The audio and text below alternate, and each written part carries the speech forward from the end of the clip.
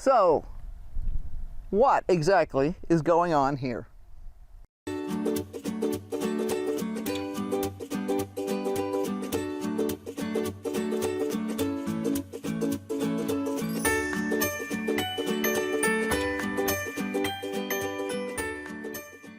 Hey everybody, it's Irene with BrainStormAcres. And today I'm going to give you sort of a update, refresher, I don't know. We'll throw it all together and get you on track with what's going on over here. First of all, you'll notice that all my little nice neat poles are down and my tomatoes are smushed and everything else. And there's a bunch of tomatoes over here too. These are all tomatoes that had blossom end rot or got chewed on by critters. These determinants were pretty much done. They're really not going to produce that much more, and we decided that the best solution was to knock these guys down, pull them out.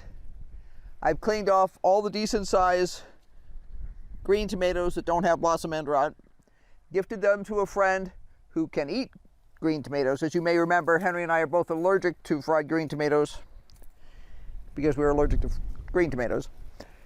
So that's not a solution for us, so I gave her a box, and my girlfriend a box of green tomatoes, and hopefully she will enjoy making fried green tomatoes, green tomato salsa, whatever floats her boat. We're going to redo this area. I'm going to be pulling these plants out, and I'm going to be replanting. But I'm going to wait until it gets just a little bit cooler today to do that. We're still up about 95, but we've got a storm coming in, so we're trying to kind of give you an update without getting hit by a lightning bolt. Anyway, this section here is going to become brassicas. And I'm not sure yet. I think I'll probably plant a combination of cabbage and kohlrabi, maybe a couple of pak choi.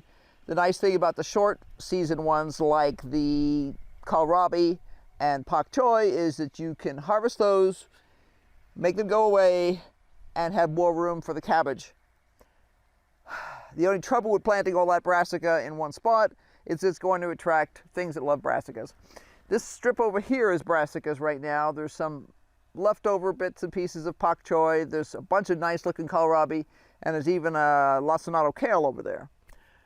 Back over here, we have our Poblano Peppers, which I need to finish a project I'm working on with. Harvested a whole stack of peppers off of them the other day. I have no idea why these grew so tall this year. It's very weird. Last year's peppers were way shorter, but both last year and this year, they're very productive, so I'm not going to complain. Yesterday was a crazy whack job day. Wound up spending most of the day on the road, going down to an assortment of locations to pick up an assortment of supplies for assortment of projects.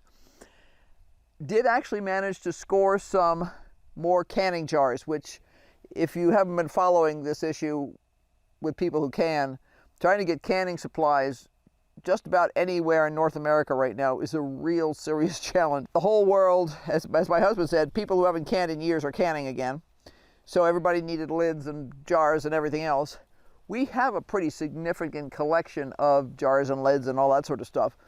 And I had ordered large quantity packs of jar lids, and they won't be here, if we're lucky, by the end of September, which that could be past most of the festive process date for most things. So we've been fishing around like everybody else.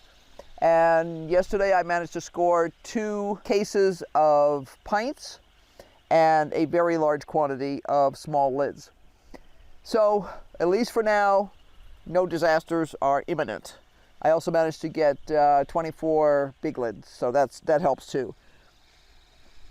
My personal preference is wide mouth jars because they're just easier to load, but I will deal with whatever kind of jars I can get. These were small mouth jars, but that's fine. I just finished canning up a bunch of tomato sauce in them this afternoon. So I've already made a dent in those. I think I've got, I don't remember, there's 5 or 7 in that canner right now. I've got to wait for it to cool down before I open it. See, these are the existing kohlrabis that we have here. And these are nice looking guys here. I gotta figure out who's made a house here. That does concern me slightly. And this is, yeah, that's peppermint that's come up. I was not aware that there was any peppermint left in here, but that's okay. I can always keep that under control. There's also some basil in here. I trimmed back most of the basil pretty hard the other day because it was looking kind of crummy, but there's still some underneath there. That tree, when I pulled down the stakes yesterday, everything sort of flopped over.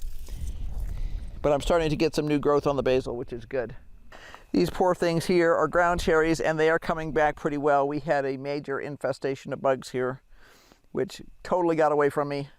It was like they were fine one day, and I came out the next morning, and they looked like lace.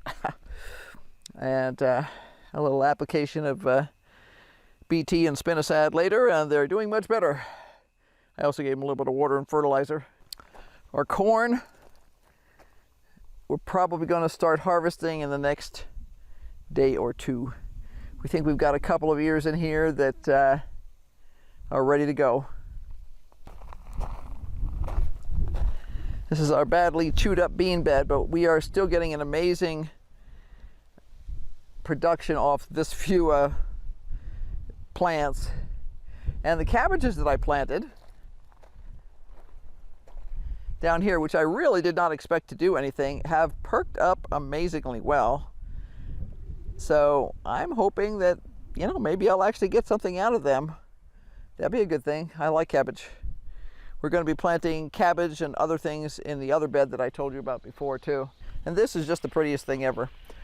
I won't say that we're in love with the flavor of red callaloo, but I am definitely in love with the form of the amaranth flower, because these are in the amaranth family, and the red. They are just so gorgeous.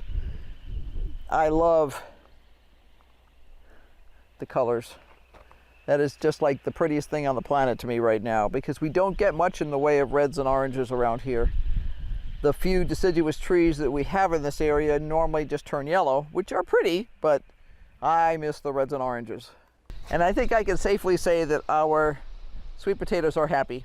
Whether we actually get anything out of here, I have no idea, but they are doing great. So we're not going to change a thing. And oh, I have to show you this. This is funny. So there's cucumbers and cantaloupes in this general vicinity here. And the plants are looking a little rough now because of all the bean beetle infestations and stuff like that. But you'll notice that we have a rather large cantaloupe hanging up here on the trellis. So I keep watching them, and I check them periodically, because there's one down in here too, and it's not ready. These can be tested by what they call full slip, which is when you push the stem sideways and yeah, it comes off. So we're hoping to get a couple of cantaloupes out of here. There's more tucked away in various spots in this bed, and I love cantaloupe, and we haven't had any decent cantaloupe around here in a couple of years, so that would be a really good thing. These are our royal purple beans. As you can see, they are starting to produce flowers. So we have hopes. Our yellow Carsons, which are over here, right there, were pretty badly damaged by the hailstorm. The tops were busted out, and then we had bugs, and then we have everything. So we're hoping that these guys will stay healthy, and we will have no dramatic natural interventions or anything else, and we'll get good stuff out of it. This part of the bed over here is actually pink-eyed purple hull peas, and they're looking pretty good. They're showing a little damage, but the plants look generally healthy. My only problem looking at them is they remind me of poison ivy. That three-leaf pattern like that makes me kind of cringe a little bit. Of course, the purple ones do the same thing, which is kind of funny. But I'm really allergic to poison ivy. So sometimes when I come out in the morning and I'm sort of half awake, I kind of go, poison ivy? No, not poison ivy. Beans. Here we are. You probably recognize this is my rather steamy kitchen. It feels like a sauna in here right now because I just finished boiling down a whole stack of tomato sauce and waiting for this to, it's still kind of warm, to cool down enough that I can take the lid off this and release the hounds. Now yesterday, I mentioned that yesterday we made a mad dash out into the real world and we were lucky enough to score a bunch of canning jars and also a bunch of canning lids. Didn't get the same brands I always get, but I'm willing to just take what I can get at this point. Normally we use either Ball or Care canning jars, wound up with Anchor Hocking. Okay, we'll find out when I open this how well they hold up to steam canning.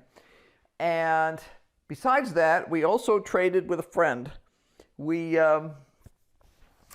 And she said I didn't need to trade anything, but she was actually doing me a great public service by removing some of the squash and green tomatoes from my life. We delivered 3 small patty pan squash to her, and she traded us something very cool from her yard. She lives in an older neighborhood, and we've talked about this before. We've gotten fruit from her before. A bunch of the neighboring lots have trees, but not all the neighbors want the fruit anymore because they're elderly. So they're tiny, and I'm actually going to ask if she needs any help pruning because I do know how to prune peach trees. But even though these are tiny peaches, the smell is amazing. They are so good. So we have to figure out exactly what we're going to do with those. She also has a fig tree. Now last year we scored a bunch of figs from her, and Henry made a lovely batch of fig preserves, and we still have a little of that left. So I've been doing a little research, and I'm thinking perhaps some preserved figs and also some fig preserves or fig jam, and not sure what else. We've just started doing our research. We're really excited about this because who could not be excited about fresh fruit? The only fruit we've been able to produce this year from our own garden is ground cherries, and I do have some frozen in the freezer. We ate like buckets of it, and we adore ground cherries. So we're definitely going to be working hard to incorporate that into our garden next year. And now that we're aware of what kind of pest pressure we're going to get from that, we're going to really be working to try and knock down those pests before they get ahead of us the way they did this year. Because when the plants are messed up, it tends to produce smaller fruit. Sometimes you'll get a really big outside, but when you get to the fruit, it's tiny inside. And when the plants are healthier, sometimes the fruit can be quite a bit larger. So, and these are super tasty. So yeah, we're definitely going to be working with that next year. It's been a really crazy busy day today. Henry's made a run into town to pick up some ice and some milk because our milk spoiled. Shouldn't have, but it did. I don't know. And I'm going to be processing some more veggies this evening. I've got to get some more of the veggies out of the fridge. The veggie drawers are full. And I'm sure I'm forgetting something, but I don't know what it is. So be sure to like, subscribe, hit that notification bell because we're always doing something, and it's only going to get crazier from here. What else do we have in our future? With any luck, we'll have some pears in our future in the next couple of weeks. Again, from our friend's tree. I'll be doing a bunch of planting. I need to start a bunch of seeds. I'm going to do some direct sowing into the garden and also some backup seeding into seed trays because I can control the environment there better than I can out in the garden. And I don't have to worry about some strange creature from outer space coming along and mowing down my seedlings in the dining room. Of course I could. I mean, I've had cats that would like to eat seedlings before, but so far, crossing fingers, Isa has shown no urge to eat my seedlings. She has sat on a couple in the garden, unfortunately, which did not improve their life expectancy. So have a great week, be safe, and until later, bye.